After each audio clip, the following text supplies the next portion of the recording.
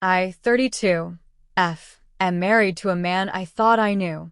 His name is Mark, and for 10 years, he was the center of my world. Our life looked perfect from the outside. We had a beautiful home, good jobs, and a circle of friends who seemed to enjoy our company. But perfection is often just a carefully constructed facade, and mine began to crumble on a Tuesday afternoon.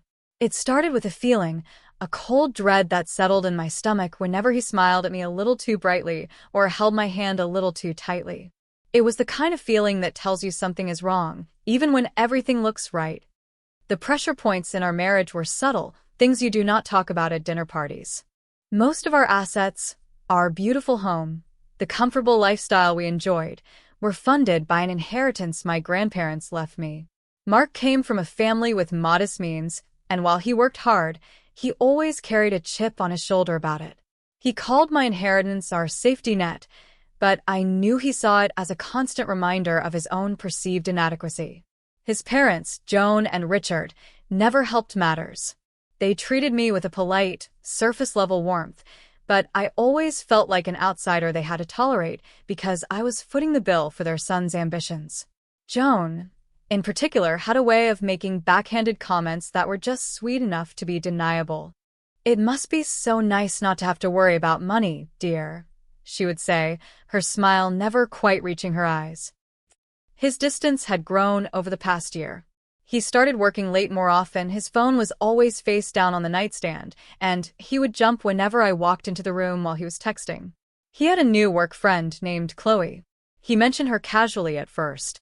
"Chloe from marketing has some great ideas for the new campaign," he would say. Then it became Chloe and I are grabbing lunch to brainstorm soon. Her name was a constant presence in our home, a ghost at our dinner table. I tried to dismiss my suspicions as paranoia. I wanted to believe in the man I married. I wanted to believe that the life we built together was real. The lies were small at first. A forgotten dinner plan, a business trip that ran a day longer than scheduled. I would ask him about his day, and his answers would be vague, filled with corporate jargon that meant nothing. He was building a wall between us, brick by brick, and I was too afraid to ask what he was hiding behind it. I told myself that all marriages go through rough patches. I suggested counseling, date nights, a vacation. He agreed to everything with a smile, but his eyes were always somewhere else. He was physically present, but his mind, his heart, was already gone. I just did not know it yet. My best friend, Sarah, saw it. She was the only one I could be honest with about the growing chasm between Mark and me.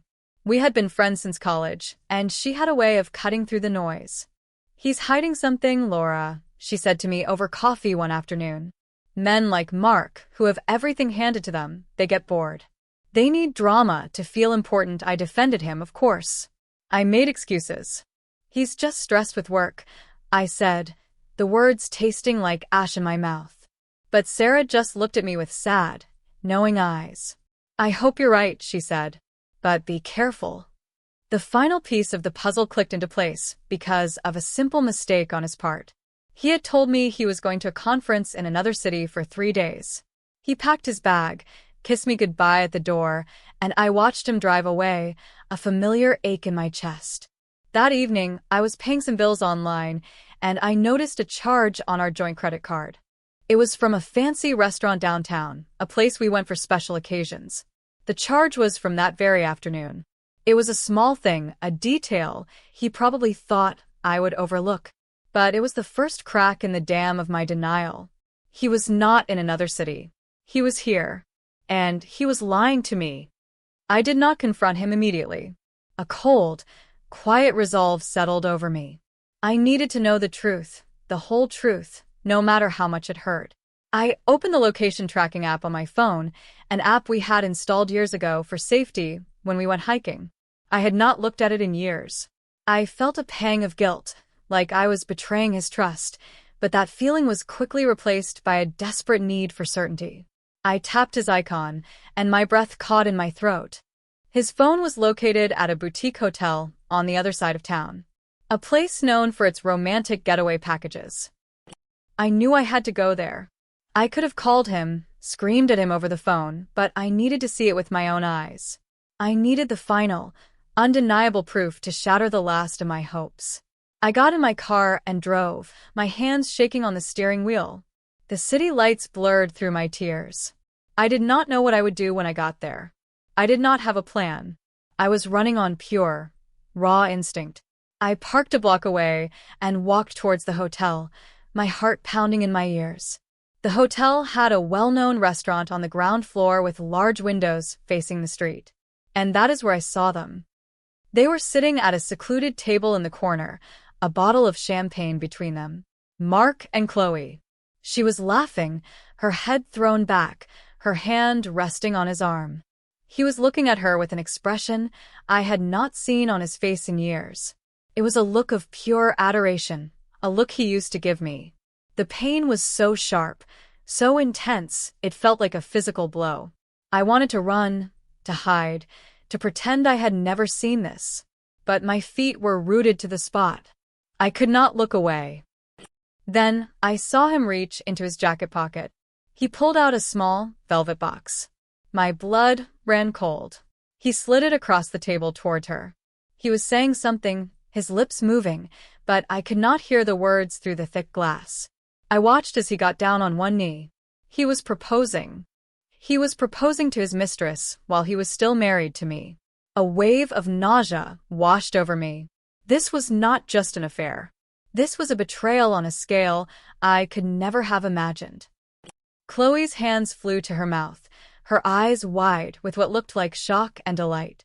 She nodded eagerly, tears streaming down her face. He slipped the ring on her finger, and they kissed a long, passionate kiss that sealed their new beginning and my ending. It was at that moment that I should have broken down. I should have screamed, or cried, or thrown a rock through the window. But something else happened. As Chloe held up her hand to admire the ring, the light from the restaurant caught the diamond, and I saw it clearly. I recognized it. It was my ring. Not a copy, not something similar. It was the engagement ring my grandmother had left me, the one I had given Mark to put in our safe deposit box for safekeeping a few months ago after he said it needed a professional cleaning and a prong checked. He had stolen my family heirloom to give to his mistress. And in that moment of absolute, soul-crushing devastation, a strange, hysterical sound bubbled up from my chest. I started to laugh. It was not a happy laugh. It was a broken, unhinged sound that echoed in the quiet street. The absurdity of it all was just too much. He did not even have the decency to buy her a new ring. He just took mine. He was not just a cheater. He was a thief. And a lazy, cheap one at that. That was the moment my heartbreak turned into something else. It turned into rage. And I knew, with a chilling certainty, that I was not going to let him get away with this. I was going to take back everything he had taken from me and more.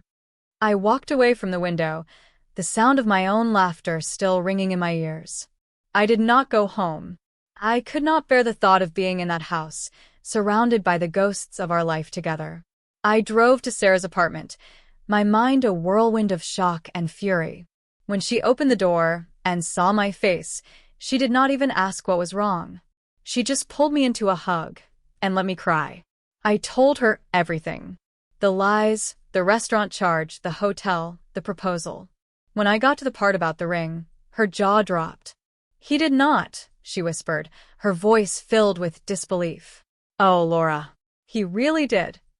We sat on her couch for hours, a bottle of wine between us, as I moved from grief to a cold, calculated anger. What are you going to do? Sarah asked gently, her hand on my arm. I'm not going to fall apart, I said, my voice steady for the first time that night. I'm not going to let him see me cry. I'm going to make him pay for this. For everything, Sarah nodded, her eyes filled with a fierce loyalty that warmed my frozen heart. Good, she said. You tell me what you need. I'm with you all the way. The next morning, I woke up on Sarah's couch with a clarity I had not felt in months. The fog of suspicion and anxiety had lifted, replaced by a singular, burning purpose. My first call was not to a divorce lawyer. It was to a forensic accountant. Mark's betrayal was not just emotional. It was financial. He had access to my inheritance, to our joint accounts, to everything we had built together. I needed to know how deep the rot went. I found a highly recommended firm online and scheduled a consultation for the following day. My second call was to a lawyer, one who specialized in high-conflict divorces with complex financial assets. I explained the situation in a calm, detached voice, leaving out the emotional details and focusing on the facts. The theft of the ring, the likely misuse of joint funds, the premeditated nature of his affair. The lawyer, a sharp, no-nonsense woman named Ms. Davies, listened patiently. "You did the right thing by not confronting him," she said. "And you're doing the right thing by gathering your evidence first. We need to act quickly to protect your assets." That evening, Mark came home from his conference. He walked in the door, all smiles and feigned exhaustion. "I'm so glad to be home," he said, leaning in to kiss me. I turned my head, so his lips landed on my cheek. I could not bear his touch. "How was the trip?" I asked, my voice carefully neutral. "Productive," he said, dropping his bag on the floor. "Long days, but I think we made some good progress." He launched into a detailed, fabricated account of his 3 days away, complete with fictional meetings and non-existent colleagues. I listened, my heart a stone in my chest, marveling at the ease with which he lied. Every word was another shovel of dirt on the grave of our marriage. "That's great, honey," I said when he was finished. "I'm glad it went well. I had to keep up the facade, just for a little while longer. I needed time. Time to gather my evidence, time to secure my finances, time to build my case." He had no idea that I knew. He thought he was in control, that he was cleverly managing 2 lives. He had no idea that he was a fly caught in a web and that I was the one spinning it. The next day, I met with the forensic accountant, a man named Mr. Peterson. I gave him the login details for all of our accounts, a task that felt both liberating and terrifying. I was handing over the keys to my financial life to a stranger, but it was a necessary step. "We'll start by tracing all major transactions over the past 2 years, he explained. "We're looking for patterns, anomalies, any transfers to accounts that are not in your or your husband's name." I left his office feeling a strange mix of dread and anticipation. I was about to uncover the full extent of Mark's deceit, and I knew it was going to be ugly. While Mr. Peterson began his work, I started my own investigation. I went through our home office, a room Mark had claimed as his own. I searched his desk, his files, his computer. I felt like a criminal in my own home, but I pushed the feeling aside. I was a woman fighting for her future. Tucked away in the back of a filing cabinet, I found a folder I had never seen before. It was labeled Personal Investments. Inside, I found bank statements for an account I did not recognize. It was in his name only, and it had a substantial balance. I saw a series of regular, monthly transfers from our joint savings account into this secret account. He had been siphoning off our money for months, possibly years. The next discovery was even worse. I found a credit card statement, also in his name only. The charges were a roadmap of his affair. Expensive dinners, hotel stays, jewelry stores. There was a charge from a high-end lingerie shop, and another from a travel agency for 2 tickets to Paris. He was building a new life with Chloe, and he was using my money to do it. The rage that had been simmering inside me began to boil. This was not just infidelity. This was a calculated, systematic plundering of my resources, a betrayal so profound it took my breath away. I took pictures of every document with my phone and sent them to Ms. Davies. Her reply was immediate. "This is exactly what we needed. This proves intent. We can file a motion to freeze his personal assets and the joint accounts immediately." I gave her the green light. The first step of my plan was in motion. That afternoon, I received a notification from my bank. Our joint accounts had been frozen, pending a legal review. It was done. A few hours later, my phone rang. It was Mark. "Laura, what's going on?" he asked, his voice tight with panic. "I just tried to use my card, and it was declined. I called the bank, and they said there's a legal hold on our accounts." "What did you do?" I took a deep breath, steeling myself. This was the first test. "I have no idea what you're talking about," I said, my voice a perfect imitation of confused innocence. "A legal hold? That's strange. Maybe there's been some kind of mistake." I'll call them in the morning. A mistake, he sputtered.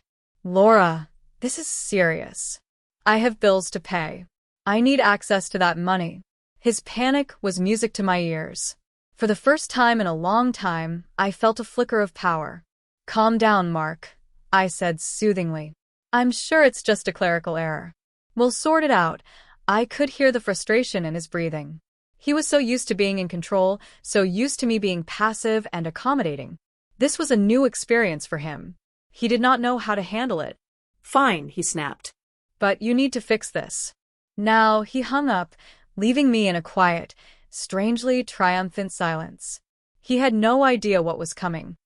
The next few days were a tense dance of deception. I continued to play the part of the concerned wife, while behind the scenes, Ms. Davies and Mr. Peterson were building an ironclad case against him. Mr. Peterson's initial report was devastating. He had uncovered a complex web of financial deceit. Mark had not just been moving money into his own secret account. He had also opened an account in Chloe's name and had been transferring money to her directly. He had paid off her student loans, her car payments, and had even put a down payment on a condo for her. All with my inheritance. He's been systematically liquidating your joint assets and converting them into his own, or hers, Ms. Davies explained over the phone. This is not just grounds for divorce. This is financial fraud. We can, and we should, press charges. The thought of involving the police was daunting, but Ms. Davies was firm. He needs to be held accountable for his actions, Laura. Not just in family court, but in a criminal one. This is theft, plain and simple, I agreed. There was no turning back now. I also learned more about the ring. I called the safe deposit box company, pretending to have lost my key. They confirmed that Mark had accessed our box 2 months ago. The same week he told me he was taking the ring to be cleaned. He had walked in, taken my grandmother's ring, and walked out, leaving an empty space in the box and a gaping hole in my heart. The cold, premeditated nature of it all was what stunned me the most. This was not a crime of passion. It was a carefully executed plan. My quiet investigation also revealed the extent of his lies to everyone else. I managed to get into his social media accounts. His messages to Chloe were a nauseating mix of promises and poison. He told her that our marriage was a sham, that we were only staying together for financial reasons. He told her I was cold and unloving, that I did not understand him. He painted me as the villain in his story, the obstacle to their happiness. He even told her that the ring was a family heirloom from his side of the family, that it had belonged to his great-grandmother. He was not just erasing me from his future, he was rewriting our past. He had also been lying to his own family.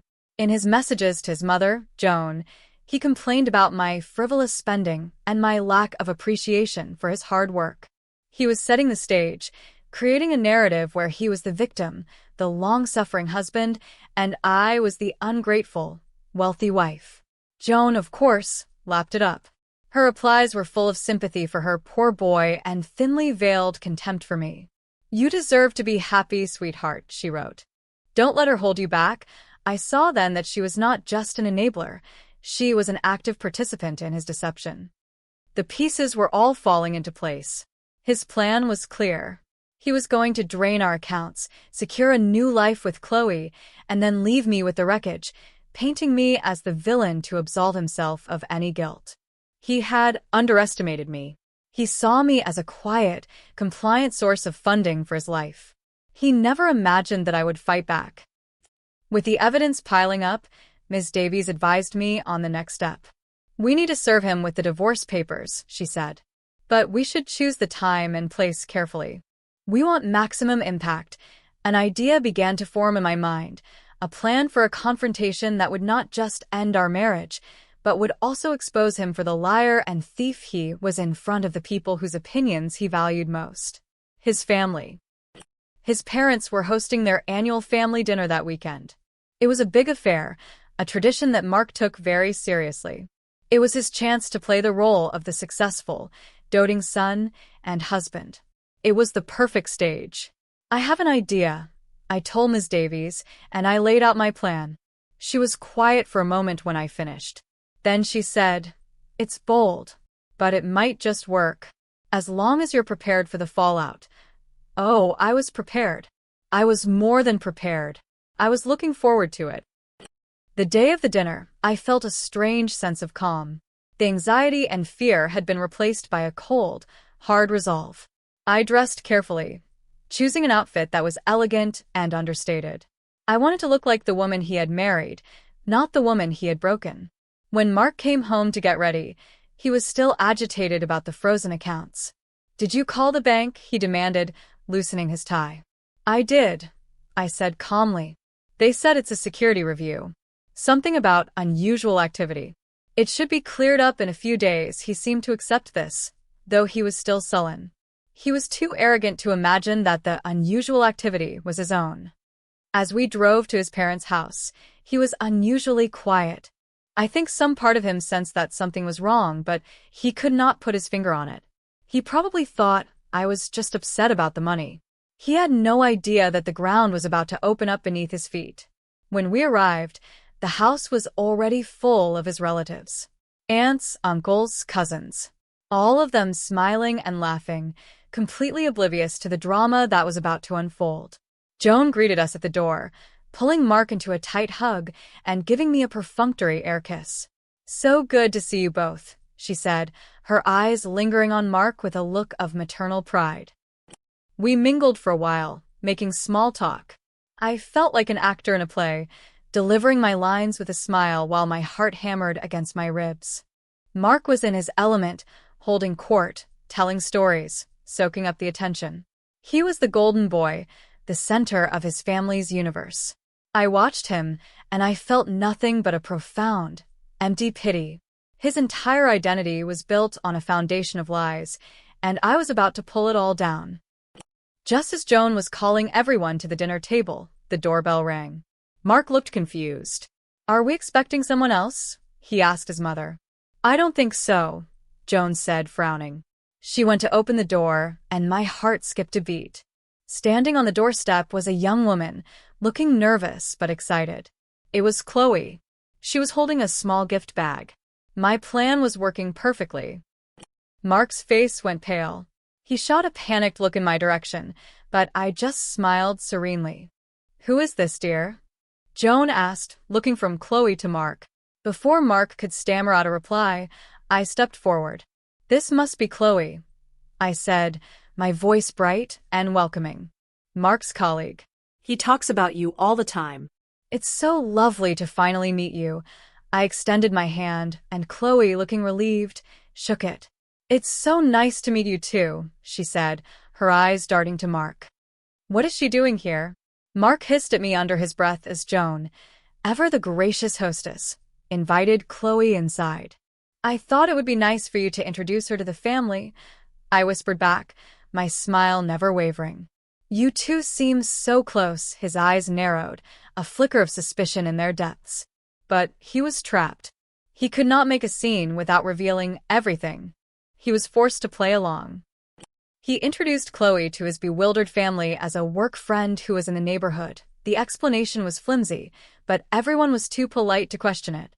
Joan found an extra chair, and we all sat down to dinner. The tension was so thick you could cut it with a knife. Mark was sweating, barely touching his food. Chloe was trying her best to make conversation, while the rest of the family exchanged confused glances. I, on the other hand, was perfectly composed. I ate my dinner, complimented Joan on the food, and participated in the small talk as if nothing was wrong. I was enjoying watching him squirm. Halfway through the meal, I decided it was time. I cleared my throat, and the table fell silent. "Mark, honey," I began, my voice sweet and concerned. "We need to talk about our finances." He shot me a warning look. "Not now, Laura," he said through gritted teeth. "Oh, but I think now is the perfect time," I said, my voice hardening slightly. "You see, I was looking at our accounts before they were frozen, and I noticed a very large withdrawal. A few of them, actually. I was just wondering if you knew anything about that." The entire table was staring at us now. Joan looked flustered. "Laura, this is hardly the time or the place for such a discussion," she said reproachfully. "I think it is," I said, turning my gaze to her.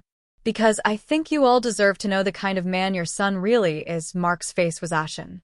Laura, stop it, he warned, his voice low and threatening. Stop what, Mark? I asked, my voice rising. Stop asking where our money is gone?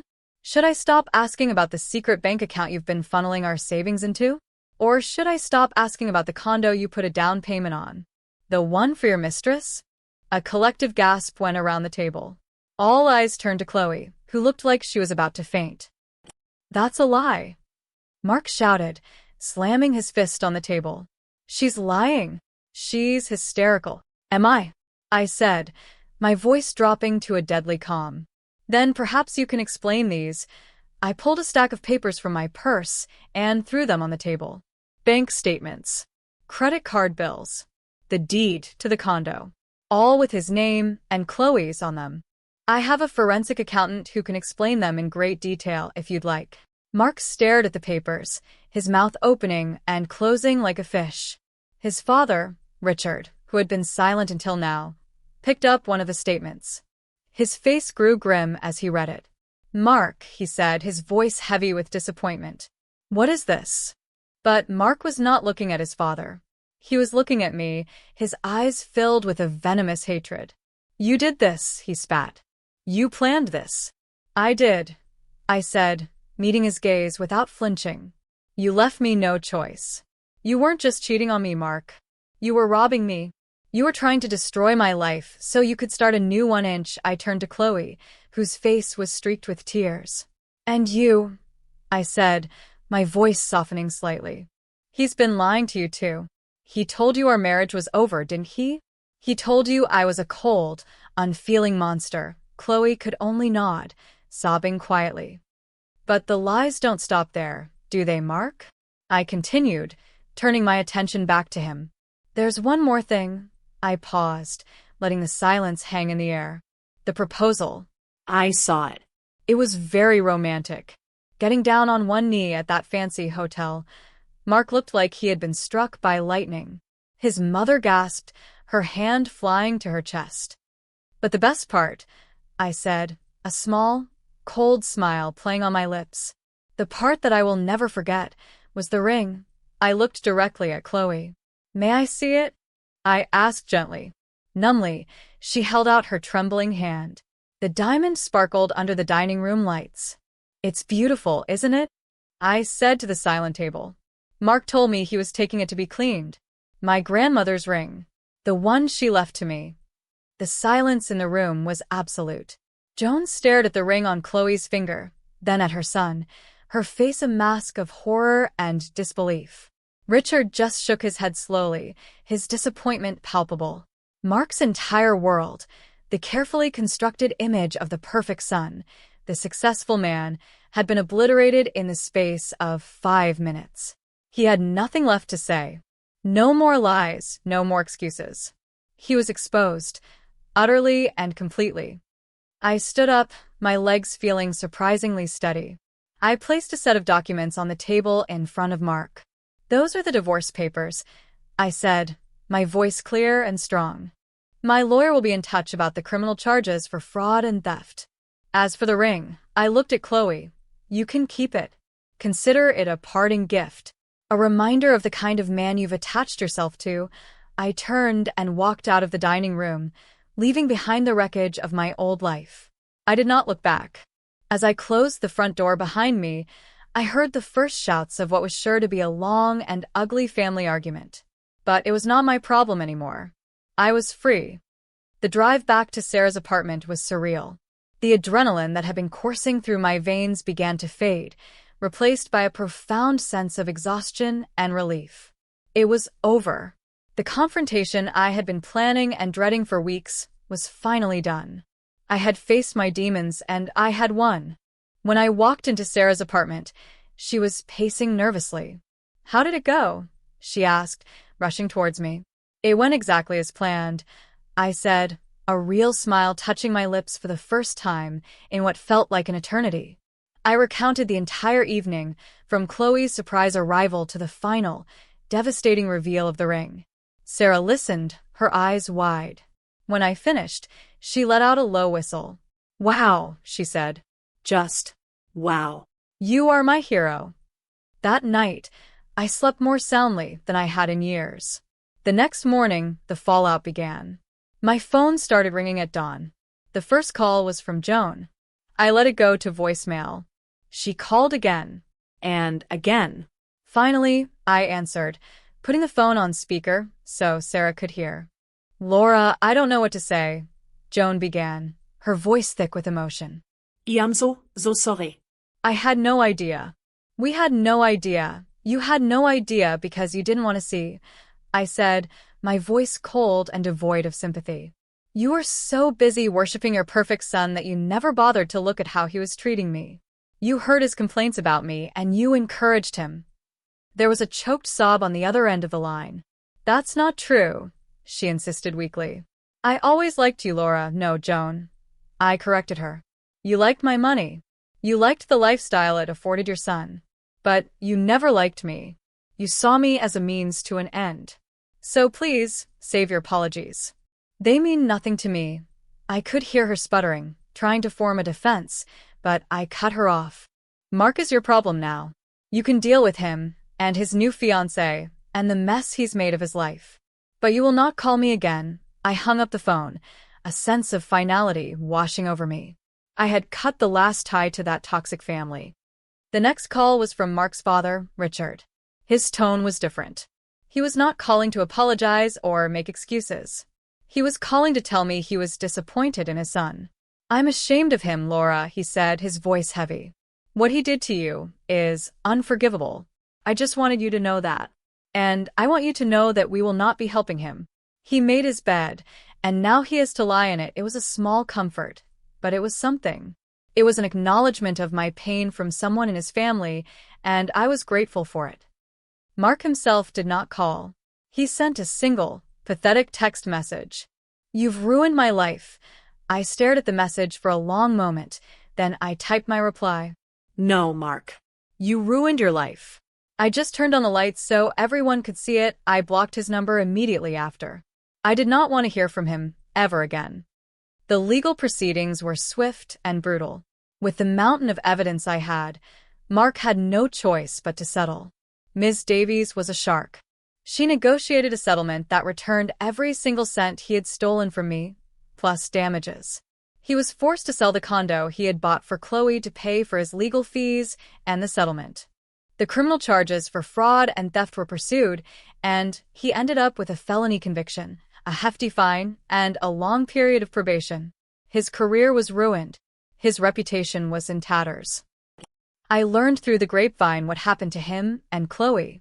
Their relationship, built on a foundation of lies and my money, crumbled quickly under the pressure. Chloe, faced with the reality of a broke, convicted felon with no prospects, left him. The last I heard, Mark was living in his parents' basement, a shadow of the arrogant, confident man he used to be. He had lost everything.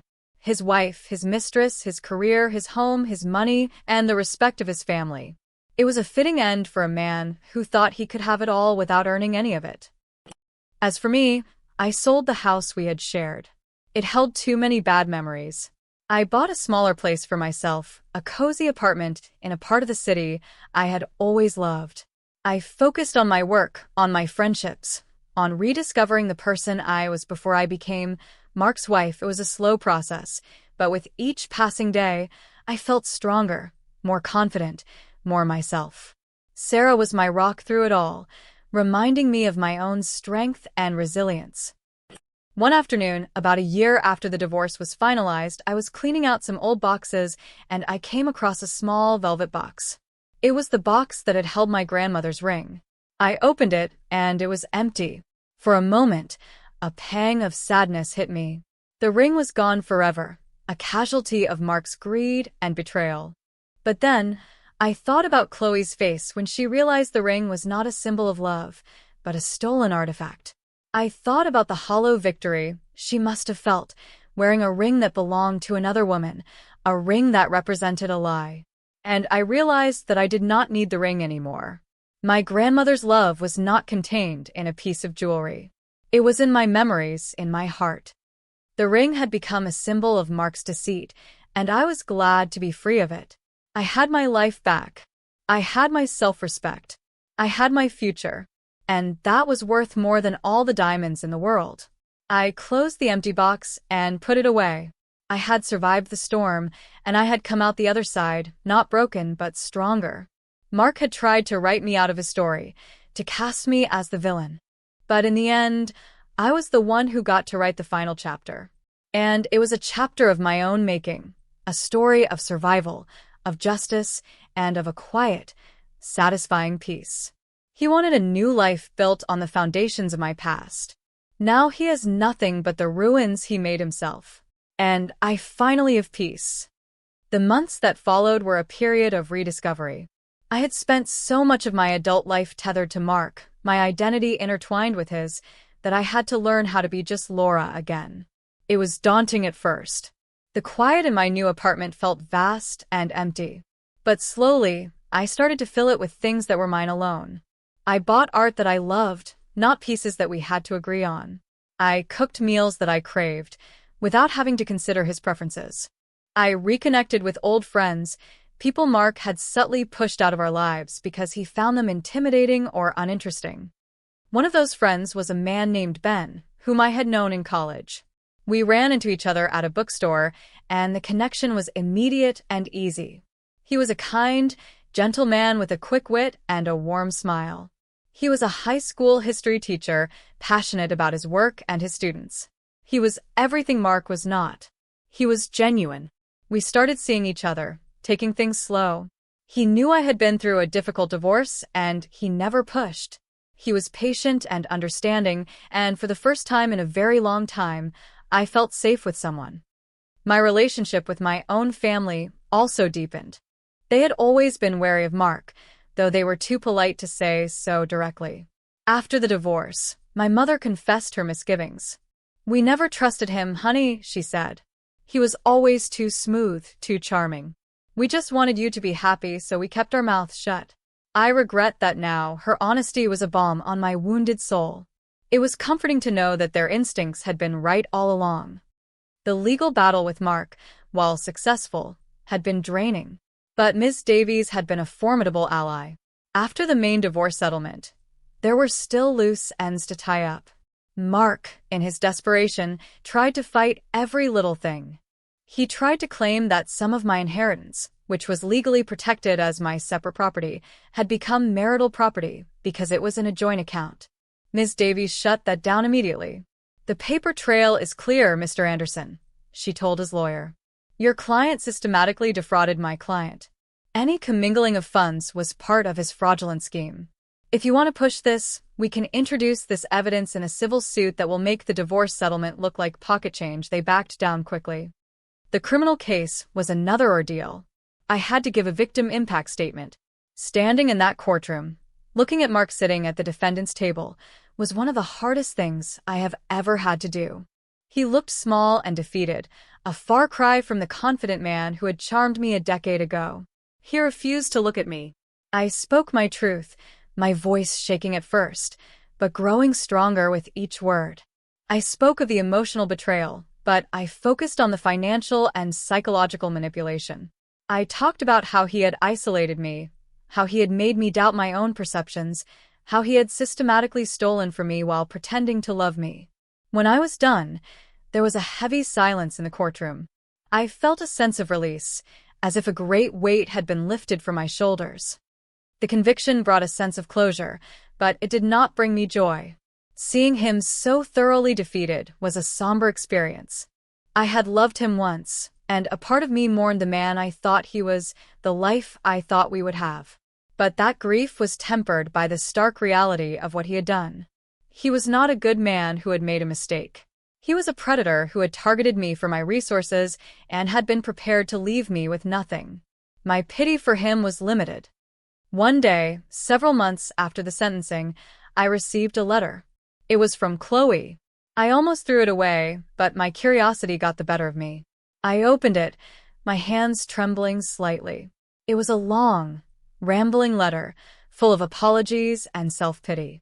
She wrote about how Mark had manipulated her, how he had fed her a constant stream of lies about me and our marriage. She said she truly believed he was going to leave me, that she was not just a homewrecker.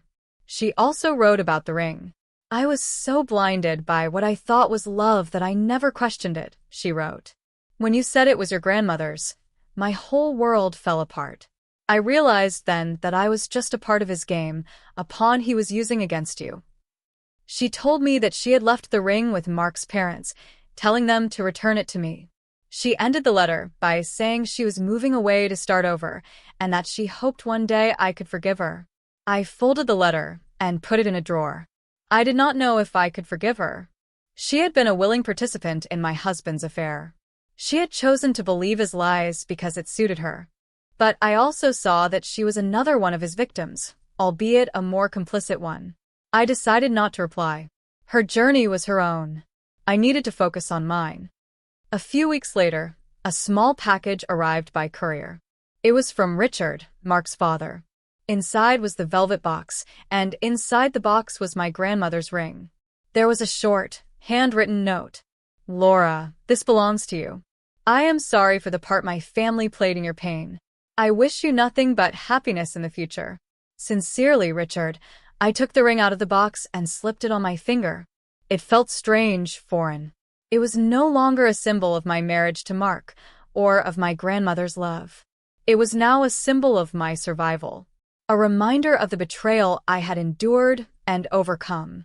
I wore it for the rest of the day, a silent acknowledgement of my own strength. Then I put it back in the box and locked it away in a safe. It was a part of my past, and that is where it would stay. Life moved on. Ben and I grew closer. He was a calming presence in my life, a steady anchor in the turbulent waters of my past. He never asked for details about Mark, but he was always there to listen when I needed to talk. He celebrated my victories and supported me through my moments of sadness. With him, I learned that love did not have to be a grand, dramatic affair. It could be quiet and comfortable, built on a foundation of trust and mutual respect. One evening, we were cooking dinner together in my apartment, laughing about something one of his students had said in class. The late afternoon sun was streaming through the windows, and the apartment was filled with a warm, golden light. In that simple, domestic moment, I was struck by a profound sense of peace. I was happy, genuinely, deeply happy. The ghost of Mark no longer haunted my thoughts. The anger and the pain had faded, replaced by a quiet sense of gratitude for the life I had built for myself. I had not just survived Mark's betrayal. I had thrived in its aftermath. I had reclaimed my life, my finances, and my sense of self. I had learned to set boundaries, to trust my instincts, and to never, ever let anyone make me feel small. The path had been difficult, but it had led me here, to this moment of peace and contentment. And as I looked at Ben, his face illuminated by the setting sun, I knew that this was just the beginning of my next chapter. A chapter where I was the sole author, and the story was all mine. The lingering unease that sometimes pricked at the edges of my newfound peace was not about Mark, but about the lessons I had learned. I had become more cautious, more guarded. I found myself analyzing people's motives, looking for the hidden agendas behind their words. Sarah told me it was a natural defense mechanism, a scar left by the trauma of Mark's betrayal. You'll learn to trust again, she assured me. Just give it time. And you have people in your life now, like Ben, who are earning that trust every day. She was right. Ben was the antidote to the poison Mark had left in my system. He was transparent and honest to a fault. Once, he accidentally broke a cheap vase I had on a bookshelf. He was mortified, apologizing profusely, and offering to replace it. I just laughed. It's just a vase, Ben, I told him. It doesn't matter, he looked at me, his expression serious. It matters to me, he said. Because I broke something of yours, and I need you to know you can trust me. Even with the small things, it was in moments like that I realized how different he was, how a healthy relationship was supposed to feel. It was not about power or control. It was about partnership and respect. The final loose end for my old life was the house. After it sold, I had to go back one last time to clear out a few remaining personal items from the attic. I asked Sarah to come with me, not wanting to face the place alone. As we walked through the empty rooms, our footsteps echoing on the hardwood floors, a flood of memories washed over me. Good ones and bad ones. The laughter from dinner parties, the quiet mornings with coffee, the tense silences of the last few years. It was the home where I had loved a man, and the home where that love had died. In the attic, tucked away in a dusty corner, I found a box of old photo albums. I sat on the floor and opened one. There we were, Mark and I, younger and smiling on our wedding day, on vacations at family gatherings. For a moment, the old pain resurfaced, a phantom limb aching for what was lost. "Are you okay?" Sarah asked, sitting down beside me. "I don't know," I said honestly. "Looking at these, it's hard to believe it was all a lie." "It wasn't all a lie," she said gently. "Maybe the love was real, for a time. People change, Laura." "He changed. He became someone who was not worthy of you. That's not your fault." Her words were a comfort. I closed the album. I did not need these pictures anymore. They were a record of a life that no longer existed. I decided to leave them behind. As we were about to leave, I noticed a small, locked metal box I did not recognize. It was Mark's. I had no idea where the key was, but a sudden, intense curiosity took hold of me. I found a crowbar in the garage and, with Sarah's help, pried it open. Inside was not what I expected. There were no hidden financial documents or love letters from Chloe.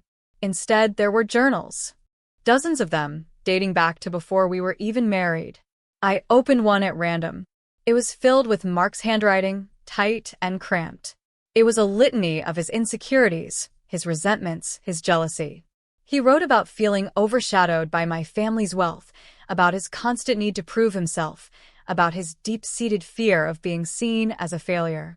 He wrote about me, about his initial love for me, but how that love slowly curdled into resentment as he saw me as a symbol of everything he could not achieve on his own.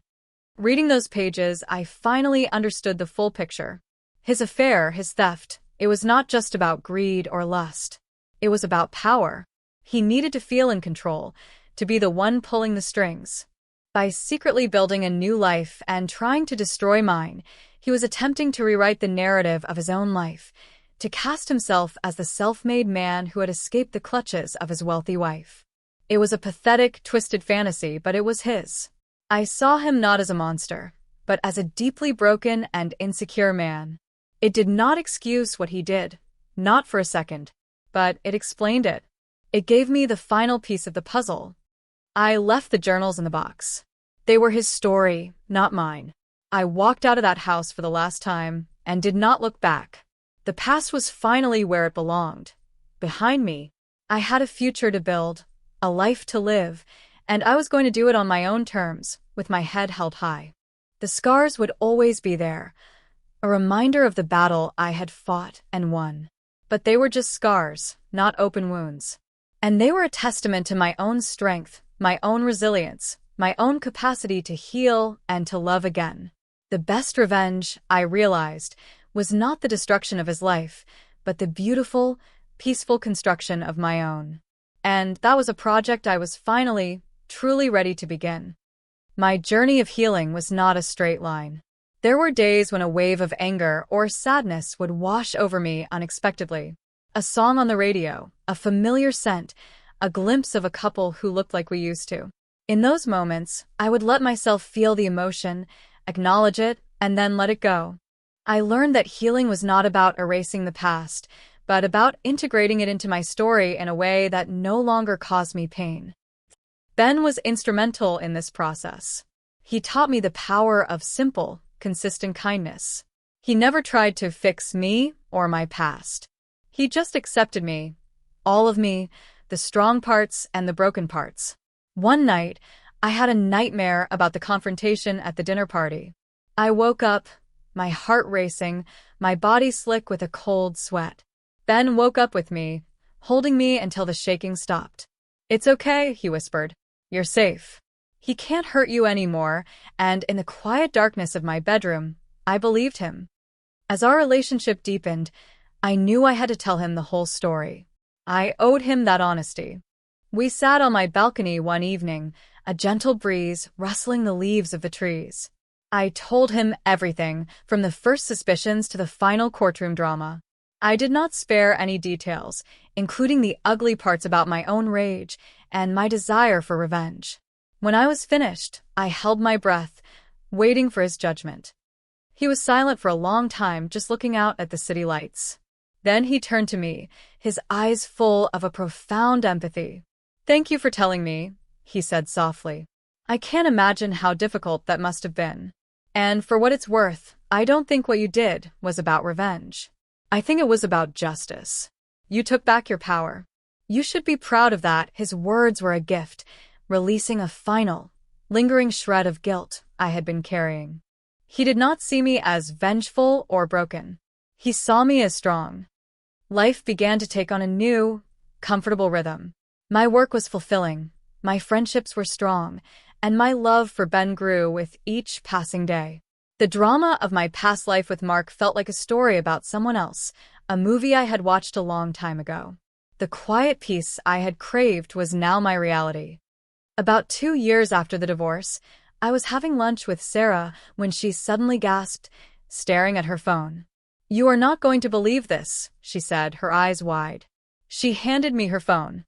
It was a news article from a local paper in the small town where Mark's parents lived. The headline read, "Local man arrested for embezzlement. The man in the mugshot was Mark." He had gotten a low-level accounting job at a small, local business, and he had been caught skimming money from the company accounts. It was not a large amount, but it was enough to violate his probation and send him to prison. I stared at the picture of his bloated, defeated face. The arrogant swagger was gone, replaced by a hollow-eyed despair. He had not learned a single thing. His insecurity and his greed were a cancer that he could not cut out. He was a man destined to repeat his mistakes, to keep trying to take shortcuts to a life he felt he deserved but was unwilling to earn. I felt a profound sense of pity for him, but it was a distant, detached pity. His fate was no longer tied to mine. He was just a sad story in a small-town newspaper. "I guess a leopard really can't change its spots," Sarah said, shaking her head. "I almost feel sorry for him," I said, handing her back the phone. Almost, but as I looked out the window of the bustling cafe, at the people laughing and talking, at the life going on all around me, I realized I did not have any space left in my heart for him, not even for pity. My life was too full of good things, of real love and genuine happiness. That evening I told Ben about the news. He listened quietly, then he took my hand. "Are you okay?" he asked. "I am," I said, and I was surprised to find that it was the absolute truth. It just feels final. Like the last page of a very long, very bad book has finally been turned. "Good," he said, smiling. "Because I have a question for you that I hope will be the first page of a much better book." He got down on one knee, right there in my living room, and he pulled out a small velvet box. My breath caught in my throat. My heart started to pound, but this time, it was with joy, not fear. He opened the box, and inside was a simple, elegant ring. It was not a large diamond. It was a beautiful, deep blue sapphire, my favorite stone. It was a ring he had chosen for me, a ring that represented us, our future. It was not a stolen heirloom. It was a new beginning. "Laura," he said, his voice thick with emotion. "You are the strongest, kindest, most resilient person I have ever met. You have taught me what real love is. I want to spend the rest of my life learning from you and loving you. Will you marry me?" Tears streamed down my face, but they were tears of pure, unadulterated happiness. "Yes," I whispered. "Yes, of course, yes." He slipped the ring on my finger, and it was a perfect fit. I looked at the beautiful sapphire, a symbol not of a painful past, but of a bright and hopeful future. The journey had been long and arduous, but it had led me here, to this moment of perfect, quiet joy. I had lost a marriage, but I had found myself. And in finding myself, I had found a love that was real, a peace that was profound, and a future that was all my own. I had not just closed the book on my past. I had started a brand new story, and I could not wait to see how it unfolded.